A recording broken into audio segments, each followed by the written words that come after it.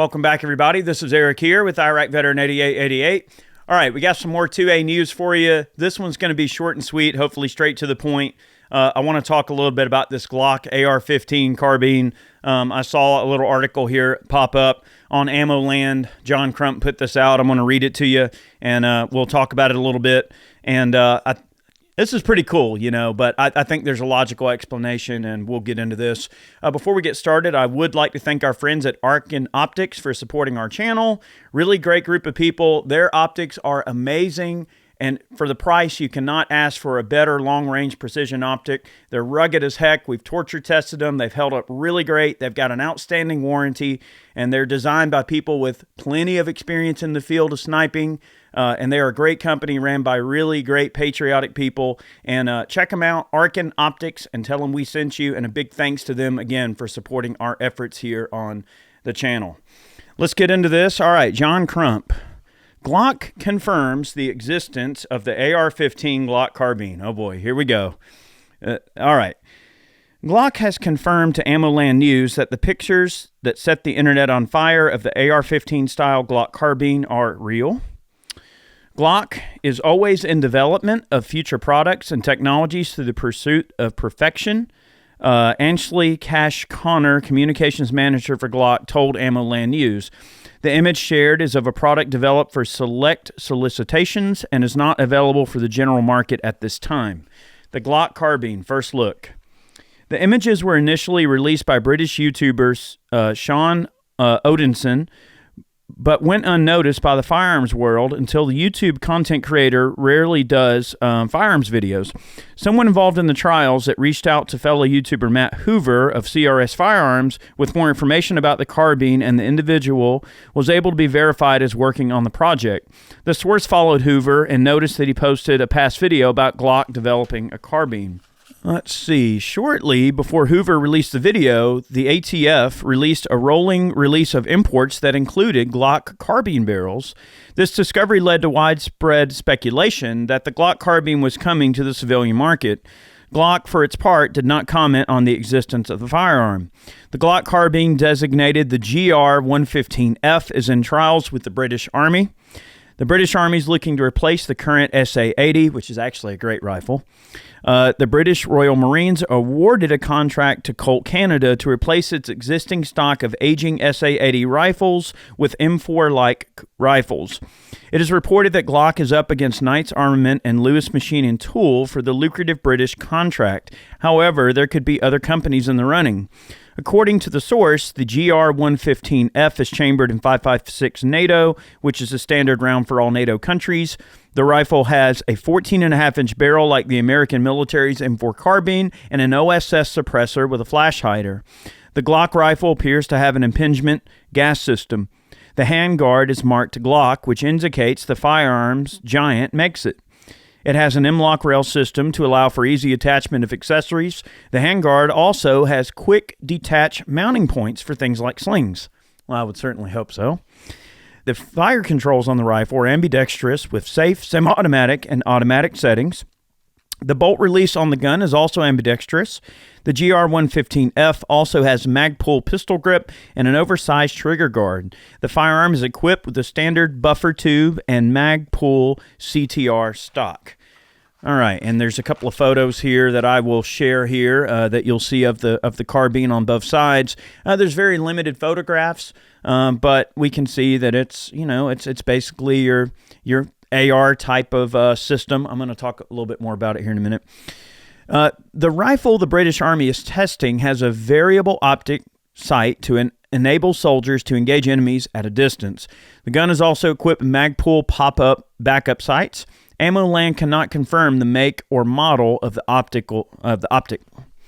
Although Glock has confirmed that the pictures are real, the company said they are for select solicitations and not available to the general public. It appears any hopes for the Glock carbine to be available to the civilian market will have to wait. It doesn't mean that we will never see a semi-automatic version hit the shelves in the U.S., but for now, the firearm is just for select contracts. So, I'm not gonna specifically say, right, that I spoke to specific people at Glock about this, but I was at a meet and greet the other night of which a Glock rep was there that I did talk to briefly about this, kind of in passing. I wasn't really getting like testy on the questions, but essentially, look, think about it from Glock's perspective. Of course they're going to submit a gun for the contract, okay? Military contracts are an extremely lucrative business. Of course a company wants to get a military contract because that can be a way for a company to get a big break, right? If you're a small manufacturer that makes a really cool niche product, for instance, and you submit, a contract request or something, and let's just say the military adopts that particular item. Well, for one, having the fact that you can say, yes, we are a military issue item that the military buys from, buys our product and issues it to the troops, that gives you a lot of additional street cred on the civilian market. I mean, what civilian doesn't want to buy a gun that the military buys? I mean, obviously you want the best, right? And the view, of course, the perception is that, well, the military only buys the best. Now, those of us, we know that sometimes gear is made by the lowest bidder. Okay, and that may not always exactly equate to, let's just say the upstanding amount of quality, especially at the quantities that the military buys, but I digress. The point is, the perception is, well, people want something that is associated with the military. I mean, especially foreign units. I mean, something the British military might adopt to replace the SA-80. Now, from the looks in the photographs, it looks pretty much like your typical, kind of high-end AR. So obviously, why wouldn't Glock put together a rifle for this contract? Is this something that they make on the regular? No, probably not. They may not even produce anything on the dang gun, right? All you'd have to do is get a variance and get some receivers made that say Glock on them. I'm not suggesting that's what they did. I'm not suggesting that's what the person I talked to said that they did. But the point is, why wouldn't you slap something together with your name on it? They've got a 100-yard range at Glock. So, they've done some accuracy testing, I'm sure, and, they're probably using good components. I'm not going to dare speculate what they made and what they didn't make, right? Crump in this article mentioned that the handguard is marked Glock, the lower is marked Glock. Yeah, it very well may be marked Glock, but know also that in the gun industry, there's a heck of a lot of OEM work that gets done by various manufacturers, right? And there might be a small list of people that are making, let's just say, rails or receiver forgings or whatever the case may be, like any amount of small parts that everyone might be buying from one, particular group of people and then just having a marking variance done. I'm not suggesting that's what Glock did. Now, the point is, look, is this a big deal? Will this gun ever be available to the civilian market? Probably not.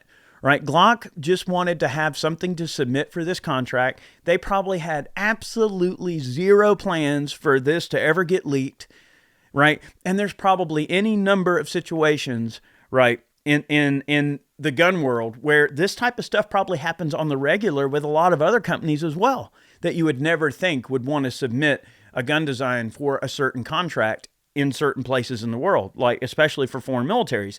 It just so happens that this photo got leaked unwillingly, by this person. And I'm sure Glock probably wasn't happy about it because I'm sure all the random inquiries that they're getting about it, they're probably not happy about because it probably was never intended to see the light of day. And there are a lot of situations where, you're going to see this type of stuff.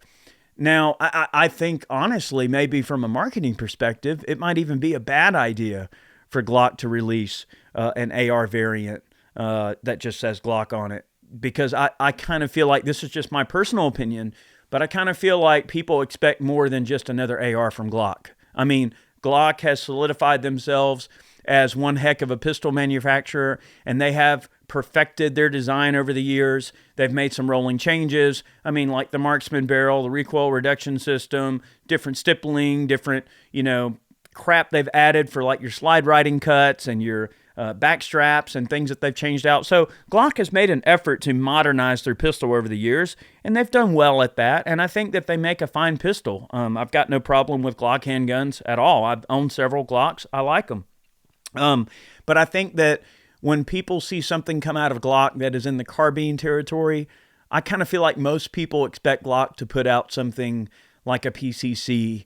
That's just what people, I think, sort of see, because think about all these random PCCs that have came out over the years and how many people go, well, does it take Glock mags? I mean, that's a common question, right? Even to the degree that people have a lot of disdain for any PCC that doesn't accept a Glock magazine, right? It took people quite a while to warm up to the Scorpion because of the odd mags, right? How many teething issues were we having out of the Strybogs with the straight mags until they fixed that issue, right?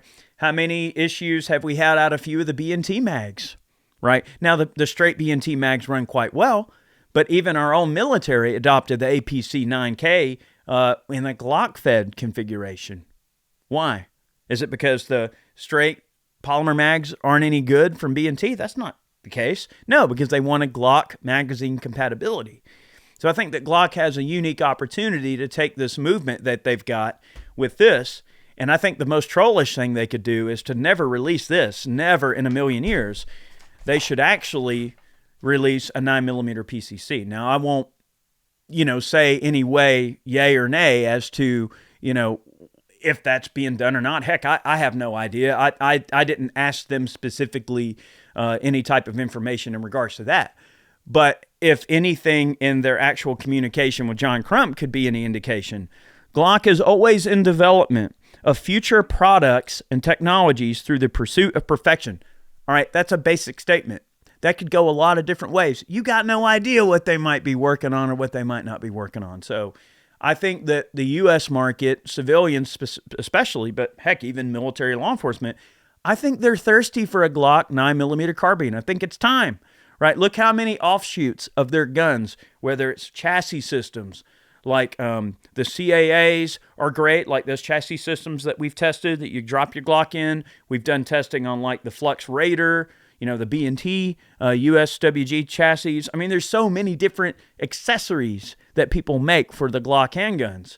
It would just seem like a natural, progression for them to release a 9mm PCC. And I think that's the bull in the room that everybody is probably thinking about more when they see this. If they're willing to make an AR for a foreign contract, I think people really want to see a 9mm PCC. I mean, look how many PCCs are out there in the current market that take Glock mags and that are built around Glock mags. And why wouldn't they have their own entry in that? It's just interesting to think about. I think that's where a lot of people's heads are at when they saw this particular information. So I wanted to share, you'll see some photos of this particular rifle. I mean, it looks like a great setup. I mean, at the end of the day, it's an AR, okay? I mean, like, you build them with decent components, you're going to have a great gun. Anyone can slap their name on a rifle. I'm not suggesting that's what they did. I'm not suggesting that they didn't machine this thing down from the, basic, components. But the point is, I wouldn't put too much stock in this. I think this is a much more common thing than people allude to in the gun world. I think it just quietly gets done on a lot of different levels and that, they just don't really make a big deal about it. I just think that this came to light probably by mistake and definitely not wasn't intended to be released by Glock. I don't think at all. If they had their way, they would probably take this back if they had their choice. But anyway, I wanted to read this article. I saw the information about it. A lot of folks were commenting about it. I wanted to kind of put my 2 cents on it. Look, thank you guys so much for supporting our channel, watching our videos. Make sure you subscribe, click that notification bell so you're getting every single video. Don't forget, go check out Arkin Optics. Amazing people. Tell them that we sent you. They've got some awesome optics for the money. Make sure you're supporting them, and they support us directly as well. So big thanks to them, and thank you so much for watching today's video. Many more on the way. Great job, John Crump, and definitely go check out Ammo Land. Really great people, great news source. Have a great day. Many more videos on the way. We'll see you soon.